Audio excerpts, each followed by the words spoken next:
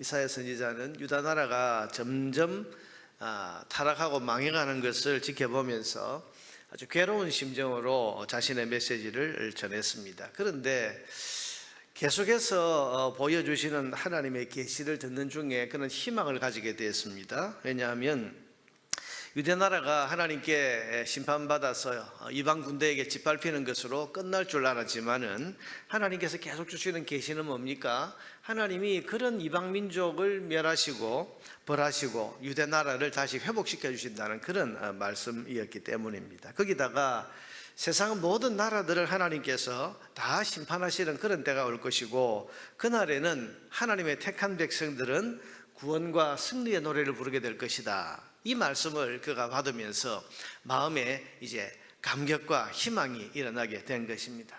우리가 죄로 인해서 하나님께 심판받아 끝날 줄 알았는데 그게 아니고 하나님께서 다시 회복시켜 주신다. 뿐만 아니라 우리를 짓밟은 그 나라들을 다 심판하시고, 뿐만 아니라 세상 모든 나라들을 하나님이 다 심판하시고, 택함받은 우리는 구원과 승리의 노래를 마지막에 부르게 될 것이다. 여러분, 이 메시지를 하나님께로부터 받았을 때 이 이사야가 얼마나 감사하고 감격과 희망이 넘쳐 흘렀겠습니까? 그래서 오늘 본문에서 그는 찬양을 하고 있습니다. 1절에서 5절까지가 그 찬송의 내용입니다. 여호와여, 주는 나의 하나님이시라. 내가 주를 높이고 주의 이름을 찬송하오리니 주는 기사를 옛적에 정하신 뜻대로 성실함과 진실함으로 행하셨습니다. 여러분, 그가 무엇을 찬양하고 있습니까? 첫째는 세상의 주권을 가지신 하나님이 나의 하나님이시다 하는 사실을 찬양하고 있습니다. 1절에 보니까 여호와여, 주는 나의 하나님이시라. 여러분, 지금까지 세상 모든 나라를 심판하시는 그런 하나님에 대한 말씀을 듣고 그가 이 하나님이 바로 나의 하나님이란 것이 얼마나 감사하고 감격한지.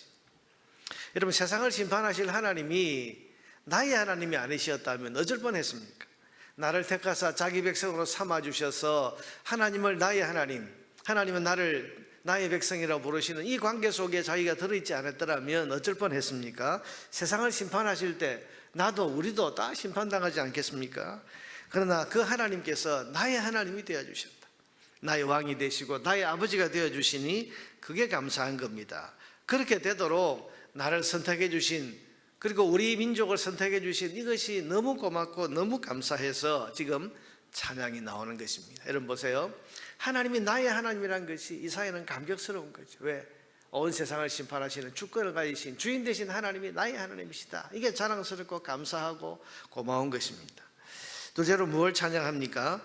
세상 나라에 심판을 하시되 옛적에 정하신 뜻대로 행하실 것을 그는 찬양하고 있습니다. 1절 하반절에 보니까 주는 기사를 옛적에 정하신 뜻대로 성실함과 진실함으로 행하셨습니다. 그 정하신 뜻대로 행하신다, 이 말은 하나님이 뜻을 한번 정해 놓으시면 그 어떤 것도 그 하나님의 뜻을 막을 수가 없고 피할 수도 없고 거역할 수도 없다, 그런 뜻입니다. 여러분, 하나님 주권을 가지셨는데 뜻을 정해 놓으시면 하나님이 정하신 그 뜻은 하나님이 실행하실 때 누구도 막을 수 없습니다. 아무리 강한 나라라도.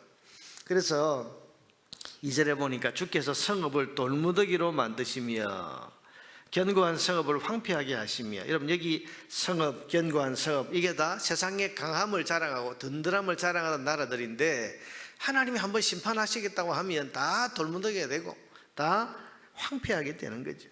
3절에 보니까 강한 민족이 주를 영화롭게 하게 되고 포악한 나라들의 성읍이 주를 경외하리이다. 아무리 강한 나라라도 결국은 하나님 앞에 무릎 꿇어서 하나님 영화롭게 하게 되고, 아무리 포악한 나라들이라고 해도 하나님 앞에 영광을 돌리게 되는 그런 일이 일어나게 된다. 여러분, 하나님이 뜻을 정해 놓으시면 그 어떤 세상의 강한 힘과 권세도 그 앞에 굴복할 수밖에 없다고 하는 것입니다. 그렇지만 택하신 백성들은 하나님께서 또 반대로 그 어떤 강한 압제자의 손에서도 구하시고 보호하신다고 합니다. 4절에 보니까 주는 포악자의 기세가 성벽을 치는 폭풍과 같을 때에, 여러분 성벽을 치는 폭풍처럼 우리가 큰 태풍이 몰려와서 우리 집을 이렇게 무너뜨리듯이 그렇게 하는 것 같이 포악자가 그런 기세로 달려든다고 할 때에도 어떻게 하신다?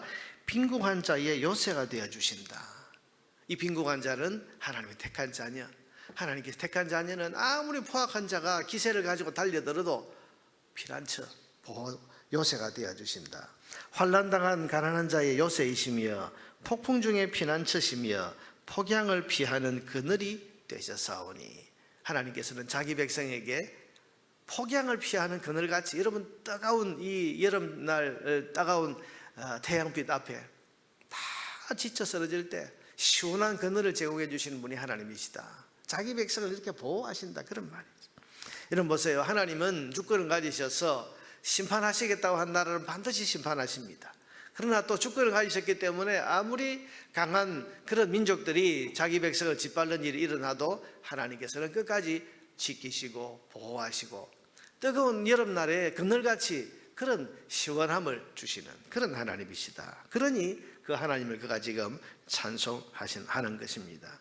뿐만 아니라 하나님이 정하신 뜻, 주권을 가지신 하나님이 정하신 뜻은 세상 나라를 심판하시는 것에만 있는 것이 아니라 결국 거룩한 하나님 나라를 완성하시는 데까지 있다고 합니다. 6절에서 8절이 그 내용입니다. 만군의 여호와께서 이 산에서, 이 산은 지금 예루살렘에 있는 시온산을 말하죠. 이 산에서 어떻게 하신다? 만민을 위하여 기름진 것과 오래 저장했던 포도주로 연회를 여기 잔치가 벌어진다. 여러분, 이것은 하나님께서 완성하실 하나님의 나라를 지금 말하는 것입니다.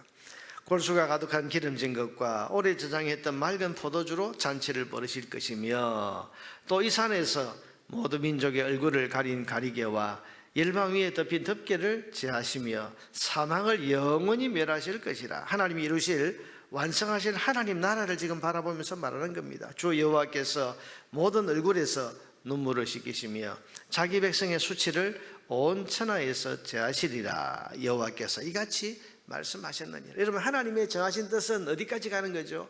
하나님 나라, 완전한 하나님 나라를 완성하는 데까지 가는 겁니다. 여러분, 여기 눈에서 눈물을 씻기시고 영원히 사망을 멸하신다. 여러분, 이게 어디에 나오는 표현인가 하면 요한계시록 20장에 나오는 표현이죠. 하나님께서 완성하실 그 하나님 나라, 그때 되면 다시는 죽음이 없고 다시는 거기에 슬픔이나 고난이 없고 모든 눈에서 눈물을 다 씻겨주실 것이다. 여러분, 요한계시록이 완성된 하나님 나라의 모습을 그렇게 예언하고 있는데, 여러분, 이사야는 벌써 지금부터 여러분 2700년 전 그때에 그 장차 이루어질 하나님의 나라를 바라보면서 하나님이 이 뜻을 정해 놓으셨으니 하나님은 하나님 나라를 마지막에 완성하실 것이다. 이렇게 지금 바라보고 있는 것입니다. 여러분, 이런 완전한 나라를 이루시는 것도 하나님이 정하신 뜻이고 그 뜻도 반드시 이루어질 것입니다. 그럼 그날에 부를 노래가 뭔가? 그게 여러분 9절이죠. 그날에 말하기를, 어떤 노래를 부르냐? 이는 우리의 하나님이시라. 우리가 그를 기다렸으니 그가 우리를 구원하시리로다. 이는 여호와시라. 우리가 그를 기다렸으니 우리는 그의 구원을 기뻐하며 즐거워하리라 할 것이며. 여러분, 그날에 부를 노래가 뭡니까? 이 하나님이 나의 하나님이시다. 구원받은 백성들이 여러분 완성된 하나님의 나라에서 부를 노래가 뭐겠습니까? 하나님을 찬양하고 이 나라를, 하나님 나라를 완성하신 그 하나님이 나의 하나님이신 것, 우리의 하나님이신 것을 감사하고 찬양하고 영광을 돌리고 우리를 구원하신다, 우리를 구원하셨다. 여러분, 그 노래를 부르게 될 것 아닙니까? 자, 이런 노래를 부르게 될 것이기 때문에 지금 눈앞에 있는 적군을 무서워할 필요가 없고 앞으로 다가올 어떤 이방 민족도 두려워할 필요가 없는 것입니다. 그래서 오늘 본문 10절 이하에 보면 여호와의 손이 이 산에 나타나시리니 모압이 거름물 속에서 초계가 밟힘같이 자기 처소에서 밟힐 것인즉. 여러분, 이방 나라가 지금 이 산에 침범해 들어오는 그런 일이 일어나도 하나님께서 딱 밟아버리신다. 그가 헤엄치는 자가 헤엄치려고 손을 펴같이 그 손에서 그의 손을 필 것이나. 여러분, 물에 빠진 사람이 살아나려고 이렇게 막 손을 뻗어도 여호와께서 그의 교만으로 인하여 그 손이 능숙함에도 불구하고 그를 누르실 것이라. 여러분, 수영을 하려고 물에 빠진 사람이요, 팔을 젓는데 그 손의 힘이 능숙하다, 힘이 빠지지 않았는데도 하나님께서 그 손을 눌러버리실 것이다. 망하게 하신다는 거예요.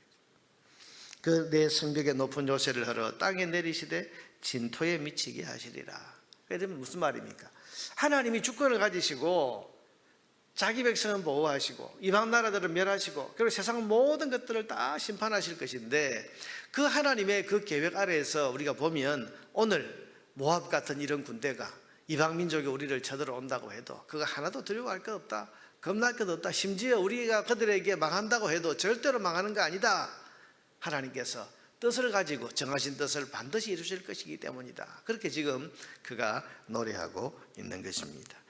사랑하는 여러분, 눈앞의 현실이 때로는 어려울 수 있고 또 내 뜻대로 안 되어서 참 힘들 수 있지만, 하나님 백성은 절대로 낙심하거나 낭망해서는 안 됩니다. 왜냐하면 하나님께서 우리 인생의 주권을 가지고 계시고 이 세상의 주권도 하나님의 손에 있기 때문이고, 그 하나님이 나의 하나님이 되시기 때문에 그 하나님께서는 나를 보호하시고 나를 지키시고 마지막 완성된 하나님 나라의 나를 세울 때까지 하나님께서 우리를 결코 버리지 않으실 것이기 때문입니다. 그러니 눈앞에 있는 어려움 현실 앞에 낙심하거나 또 하나님 어디 계시냐 그러고 여러분 등을 돌리거나, 여러분 이게 가장 어리석은 일입니다. 하나님 백성이 할 일은 뭡니까?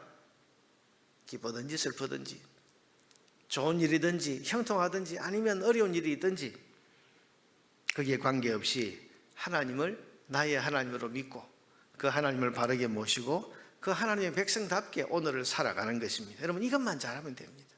하나님 주권을 가지셨기 때문에 하나님과 나와의 관계가 튼튼하면 그 어떤 것도 우리가 염려하고 두려워할 일이 없는 것입니다. 사랑하는 여러분, 하나님을 나의 하나님으로 부를 수 있도록 우리를 불러 구원하신 하나님의 은혜를 감사하고 기뻐하고 찬양하는 저와 여러분 되기를 바랍니다. 은혜 중에 은혜가 뭡니까? 나를 부르셔서 나를 자녀로, 나를 구원의 백성으로, 그래서 하나님을 나의 하나님으로 부르게 하신 이것이야말로 우리가 받은 은혜 중에 은혜인 것입니다. 여러분, 우리가 그저 심판받아 영원히 멸망하는, 그래서 하나님 앞에 아무 그야말로 먼지 하나에 불과한 그런 인생으로 우리가 끝나지 않고, 하나님 나를 사랑하셔서 나를 선택하시고 우리를 불러서 예수 믿게 하시고 하나님을 나의 아버지라고 나의 하나님이라고 부를 수 있게 해주신 이 은혜야말로 우리가 영원히 감사하고 영원히 찬양하고 또 영원히 영광을 돌려야 할 그런 이유가 되는 것입니다. 여러분, 하나님이 나의 하나님이십니다. 오늘 이 아침에 오늘 이사야가 감격하면서 불렀던 이 노래처럼 하나님 나의 하나님이시다. 우리 이 한 가지만 붙들고 살아가면 좋겠어요. 하나님이 나의 하나님이시니 우리가 무엇을 두려워하고 무엇을 염려하겠습니까? 모든 염려를 내려놓고 하나님이 나의 하나님이시다는 믿음 가지고 하나님 백성으로서 바르게 살기를, 하나님과의 바른 관계 속에서 오늘도 살아가기를 힘쓰는 저와 여러분 되기를 주의 이름으로 축원합니다.